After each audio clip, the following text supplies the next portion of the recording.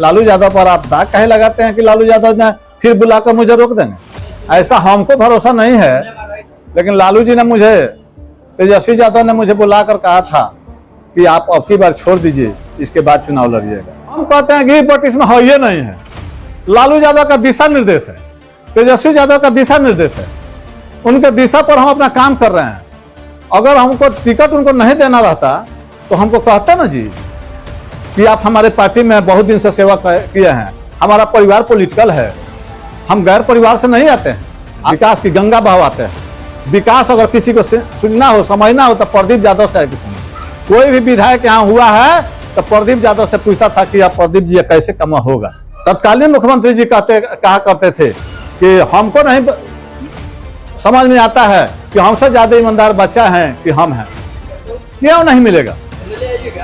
निर्दलीय आएंगे कि नहीं आएंगे, लेकिन मेरा चुनाव लड़ना फिक्स है, बर्मरेख है कि प्रदीप यादव अब की बार बैकुंठपुर की सेवा करना चाहता है। सबसे पहले तो मीडिया भाइयों, आप लोग सभी आदमी जो हैं, सभी लोगों को मेरे तहे दिल से धन्यवाद। आज 26 जनवरी है, बाबा भीमराव अम्बेडकर का बनाया हुआ संविधान आज ही के दिन पारित हुआ था। और इसी दिन संजोग कहिए कि मेरे पिता तुल्य चाचा स्वर्गीय बच्चा राय का निधन भी हुआ था। तो इस समय तो बहुत मेरे लिए दुखद घड़ी है शोक मनाने की। हम लोग अपने दरवाजे पर शोक भी मनाया, और उस समय स्टेज पर मैंने बोला भी था कि यह राजनीतिक मंच नहीं है। उस समय मैंने कुछ नहीं बोला, लेकिन आप लोग आए हुए हैं मीडिया के लोग, तो मैं राजनीति से हटकर, उस स्टेज से हटकर अपने आवास पर आप लोगों से कुछ कहना चाहता हूं। तो मैं प्रदीप कुमार यादव 99 बैकुंठपुर से अपनी उम्मीदवारी विधानसभा के लिए घोषणा कर चुका हूं। एकदम पार्टी से। खुलासा करेंगे किस पार्टी से? आरजेडी से। अच्छा, आरजेडी से। बहुत बड़ा मैंने दावा कर रहा है। दावा नहीं, एकदम संकल्प है, वादा है। पिछला बेर में भी वादा था, लेकिन लालू जी ने मुझे, तेजस्वी यादव ने मुझे बुलाकर कहा था कि आप अब की बार छोड़ दीजिए, इसके बाद चुनाव लड़िएगा।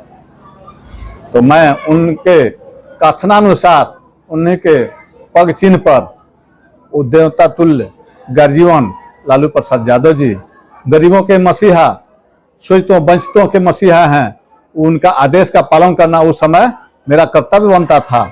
उस समय बोले थे कि आप इस बार छोड़ दीजिए, इसके बाद आपको स्वतंत्र करते हैं। इसके बाद मैंने 11 मार्च पिछला बार गए थे उनसे मिलने के लिए भी, उस समय हमको वो आशीर्वाद दिए, और मैंने कहा कि चाचा मुझे इस बार तो रुके थे, अब आपका आदेश क्या हो रहा है? तो उन्होंने बोला, और हमारे साथ बहुत लोग थे, तो बोले कि जाइए आप चुनाव की तैयारी कीजिए। तो मैं तो अपने चुनाव की तैयारी घोषणा कर दिया हूँ, कर रहा हूँ। फिर अगर ऐसा ही लालू प्रसाद यादव कहते हैं कि प्रदीप जी नहीं, अब की बार फिर रुक जाइए, तो क्या आपका कदम होगा? गर्जीवन में है, गर्जीवन की बात बहुत है, ठोक ठठा कर सोच समझ कर गर्जीवन दिशा निर्देश देते हैं, सोच समझ कर बात करते हैं। ऐसा लालू यादव पर आप दाग काहे लगाते हैं कि लालू यादव ने फिर बुलाकर मुझे रोक देंगे? ऐसा हमको भरोसा नहीं है। विधानसभा से रोकने वाले हैं, माननीय विधायक से है, सुनने में आ रहा है कि फिर माननीय लोग कह रहा है कि फिर कहवा के बैठा है। सुनिए, हम किसी पर कमेंट नहीं करेंगे, हम अपने कर्म पर भरोसा रखते हैं, फल की चिंता भी नहीं करते हैं। आप कृष्ण जी की वाणी को भी सुने होंगे, कृष्ण जी अर्जुन जी से कहे थे गीता के में कि कर्म करते रहिए, फल की चिंता छोड़ दीजिए। तो मैं लालू जी के पर आप कैसे कहते हैं? आप इसी बैकुंठपुर के चौहद्दी में आप देख लीजिए, बरौली, केसरिया, गोरिया कोठी, तरैया में, उसमें तत्कालीन आरजेडी के विधायक लोग हुआ करते थे कि नहीं? आप बोलिए, आप लोग तो मीडिया के लोग हैं, इसमें गलत कहते हैं, छोड़ दीजिए पूरे बिहार की बात। बिहार की बात हम नहीं कहते हैं, लेकिन हमारे बैकुंठपुर के चौहद्दी में पूरा पश्चिम उत्तर दक्षिण चारों आदमी का टिकट कटा था कि नहीं कटा था? लेकिन हमें चीज पूछना चाहते हैं कि अगर राजद नहीं तो फिर कोई नहीं हो सकता है? राजद को पार्टी राजद के द्वारा अगर कैंडिडेट माना जाता है तो ठीक है, अगर उनके द्वारा नहीं माना जाता है तो फिर पार्टी इसमें ये बट क्यों सोचते हैं जी? हम कहते हैं कि ये बट इसमें है, ये नहीं है। लालू यादव का दिशा निर्देश है, तेजस्वी यादव का दिशा निर्देश है, उनके दिशा पर हम अपना काम कर रहे हैं। अगर हमको टिकट उनको नहीं देना रहता तो हमको कहते ना जी कि आप हमारे पार्टी में बहुत दिन से सेवा किए हैं, हमारा परिवार पॉलिटिकल है, हम गैर परिवार से नहीं आते हैं।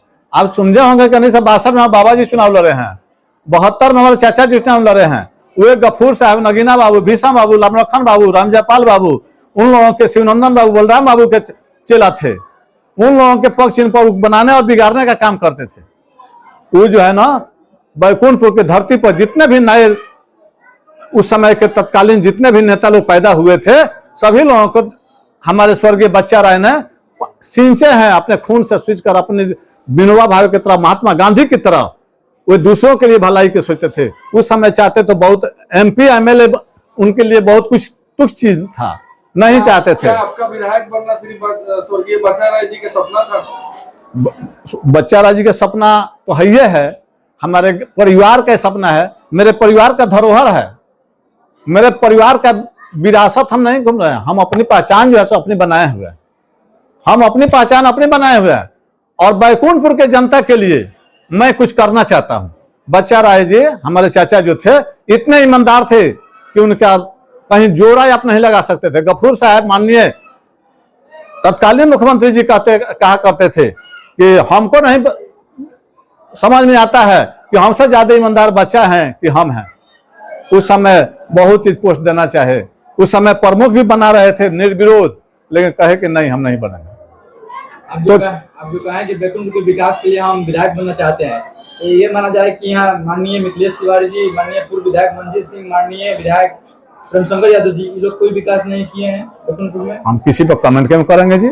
विकास अगर किसी को सीखना हो, किसी को अगर जानना हो, आप लोग अभी नए हैं, हम 1990 से विकास की धारा बहवाते हैं, विकास की गंगा बहवाते हैं। विकास अगर किसी को सुनना हो, समझना हो तो प्रदीप यादव से आके समझे। कोई भी विधायक यहाँ हुआ है तो प्रदीप यादव से पूछता था कि आप प्रदीप जी कैसे कमा होगा। आपको पता होना चाहिए, BDC के मीटिंग में मैंने 246 को रोड पास करवाया, वह जिला परिषद से पास करवाया। अगर विकास कैसे होता है, रोड विकास है ना जी, शिक्षा, चिकित्सा, रोड, पुल, पुलिया है ना होता है विकास। बच्चों की पढ़ाई लिखाई, शिक्षा दीक्षा ये होना चाहिए। तो मैंने जो 246 को रोड पास करवाया, उसी रोड के अनुपालन हो रहा है आज तक। आज तक किसी को पता भी नहीं हुआ होगा विकास, तो उन लोगों को छोड़ दीजिए, उन लोगों को पता नहीं है अभी तक लेकिन कैसे विकास होता है और कैसे जो है ना योजना पारित होता है। योजना पारित पर सबसे पहले BDC की मीटिंग से होता है, या मीटिंग जो है सो या लिस्ट जो जाता है जिला परिषद से पास होता है और वह कोड नेटवर्क पर चलता है। और वह कोड नेटवर्क जो है ना उसी के कर्मानुसार हमारे समय में कर्मबद्ध जो है ना टेंडर होते गया। हमारे समय में 100 से ऊपर टेंडर करवाया और उस समय रोड बहा, और वहीं पर सभी विधायक लोग अपना बोर्ड अपना लगा रहे हैं, बोर्ड लगा रहे हैं। अरे विकास का क्या है? विकास तो प्रदीप यादव से कोई सीखे। अभी तक विकास तो अभी तक हम जो है ना पारित करवाए हैं। आप प्रमुख हैं, अभी हम आपको पता है ना, हम प्रमुख बनाए हैं, प्रमुख बनाए हैं। एको गो प्रमुख के रिजी में एक पंचायत समिति से योजना पारित हुआ, योजना पारित हुआ। लेकिन मिथिलेश तो कह रहे हैं कि हमारा रोड बनाया, वो तो लोग बोल लगा रहे हैं, यही आप दावा कर रहे हैं कि मेरा रोड पे लोग। देखिए हम दावा नहीं कर रहे हैं, हम देखिए लिस्ट रहेगा, योजना पारित हुआ रहेगा, योजना कोर नेटवर्क पर चलेगा। कोर नेटवर्क अब किसी को समझ में आता होगा कि कोर नेटवर्क किस चिड़िया का नाम है? कोर नेटवर्क जैसा बिहार सरकार के पोर्टल पर चढ़ता है, वो अभी तक किसी को पता नहीं है कि कौन सा कोर नेटवर्क है। अधिकारी लोग कहता है कि माननीय जी यह जो है सो कोड नेटवर्क में रोड है, ये रोड का लिस्ट बनाकर आप वहां से लाइए। तो वहां से लाने के लिए यह सूची चाहिए, और आपको पता होना चाहिए। पुल बनाने की बात करते हैं ना, यह पुल जो है ना 70 घाट, आप लोग भी यहाँ के समानांतर ऐसे पड़ोसी हैं। पुल बनाने का ही श्रेय प्रदीप यादव का है, लेकिन हम ढोंगी नहीं है, ढोंग नहीं पसारते हैं कि प्रदीप यादव ये कर दिया वो कर दिया। कर्म करते हैं, फल की चिंता नहीं करते हैं। माननीय विधायक का टिकट काटते हैं। देखिए फिर हम कह रहे हैं कि किसी का टिकट न कटना है न छटना है। हम तो अपने मालिक से अर्जी कर दिए हैं, हम अपना उनके नॉमिनेशन कर दिए हैं 5 साल पहले ही कर दिए हैं। उस समय मेरा नॉमिनेशन रद्द कर दिए। अब की बोले हैं कि नहीं आपका नॉमिनेशन ओके है, तो फिर काटने छटने का कहाँ सवाल उठता है जी। आपको टिकट नहीं मिला तो अगला कदम क्या होगा? हम कहते हैं कि राजद से टिकट मिलेगा क्यों नहीं, मिलेगा क्यों नहीं, नहीं मिलेगा तो क्यों नहीं मिलेगा, निर्दलीय आइएगा, नहीं मिलेगा निर्दलीय आएंगे कि नहीं आएंगे, लेकिन मेरा चुनाव लड़ना फिक्स है, बर्मरेख है कि प्रदीप यादव अब की बार बैकुंठपुर की सेवा करना चाहता है। लोगों के दुख दर्द को हम बांटना चाहते हैं कि हम जिस तरह 5 साल के छोटा सा पोस्ट पर मेरी धर्मपत्नी को प्रमुख बनाए थे। आपको कहीं शिकायत मिला है, गिलवा शिकायत मिला है कि प्रदीप यादव ने 5 साल के कार्यकाल में हम पर कोई एक कागज खर्चा किया है वो अविश्वास के लिए? आपको सुने हैं कहीं? हम अपने प्रमुख उप प्रमुख दोनों को एक साथ जुगल जोड़ी जो है ना, एक साथ दोनों महिला थी, दोनों को 5 साल ढो दिया है। बैकुंठपुर की जनता के लिए क्या कहिएगा आप जो चुनाव लड़ने के? बैकुंठपुर की जनता के लिए मैं यही कहूंगा, सबसे पहले विकास करने के लिए नफरत की राजनीति खत्म करेंगे, मोहब्बत की राजनीति में आएंगे। नफरत जब तक खत्म नहीं होगा, आप हमारे साथ समानांतर बैठिएगा नहीं तो विकास कैसे होगा। तो सबसे पहले मेरी प्राथमिकता होगी कि एक टेबल पर सभी जाति धर्म को ऊंच नीच सभी लोगों को त्याग कर और एक कप चाय पिलाने का काम किए हैं, करते हैं और करेंगे भी। सर आप पहले कुछ मंच के माध्यम से कहते थे कि मेरे चाचा जी कहते थे कि किसी के पॉकेट में निगाह मत देना, क्या वैसे खड़ा उतरिएगा? एकदम बिल्कुल, अगर खारा नहीं उतरेंगे तो मेरे वो क्या कहते मेरे जिहान में अगर कमी होगा ना तभी मेरे लिए अब कुछ नहीं है, मेरे लेबिलिटी मेरे पास कुछ नहीं है, मेरा लेबिलिटी सब समाप्त है। मेरा लेबिलिटी बैकुंठपुर की जनता है, बैकुंठपुर की जनता के लिए लेबिलिटी हम शिक्षा चिकित्सा दवाई पढ़ाई कमाई सिंचाई ये सब हम अपना चाहते हैं कि खड़ा उतार कर हम वहां बैकुंठपुर की धरातल पर उतार दें कि लोग कहे कि प्रदीप यादव कोई अमुक व्यक्ति था। मेरे मरने के बाद भी लोग कहे कि और अमुक आदमी यहाँ पर विधायक बनकर जो काम कर दिया, जो न करेगा न किया था, प्रदीप यादव ने व्यक्ति था वो किया था। सर अगर बैकुंठपुर से विधायक बनते हैं तो क्या करिएगा? फिर तो यही तो कहते दिए क्या करेंगे, शिक्षा सभी लोग बहुत सारा रोड बनाते हैं, पुलिया बनाते हैं, सब बैकुंठपुर की जो जानता है जो के छात्र हैं वो मेडिकल कॉलेज की मांग करते हैं, कुछ अनोखा हम वादा नहीं करते हैं, संकल्प लेते हैं। हमको जितना जहां तक होगा, हम प्रमुख बने थे तो मैंने आपको 246 को रोड बनाया। आप टीचर लोगों को कहिएगा, आप जाइएगा 150 लोगों का, आप जानते हैं 150 छात्रों का मैंने नौकरी दिया है। कोई विधायक से आप जाकर देख लीजिए, अभी तक तत्कालीन हो चाहे भूत हो चाहे भविष्य हो चाहे वर्तमान हो, कोई 150 नौकरी अपने हाथ से दिया है। लेकिन माननीय हमारी धर्मपत्नी प्रमुख के माध्यम से 150 का 350 किए थे, 350 जो है ना वैकेंसी निकलवाए थे, सर्वे करवा कर 350 पोस्ट को कायम करवाया, जिसमें से 150 का बहाली हुआ।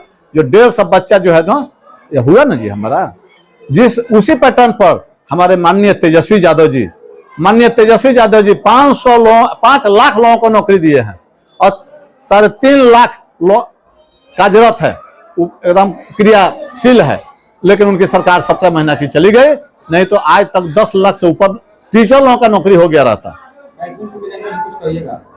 बैकुंठपुर की जनता से मैं यही अपील करूंगा कि एक बार मुझे हमारे बैकुंठपुर की देवतुल्य जनता, गार्जियन, महिलाएं, भाइयों बहनों सभी लोगों से एक बार बैकुंठपुर के लिए मौका मांगता हूं, एक बार मौका दीजिए।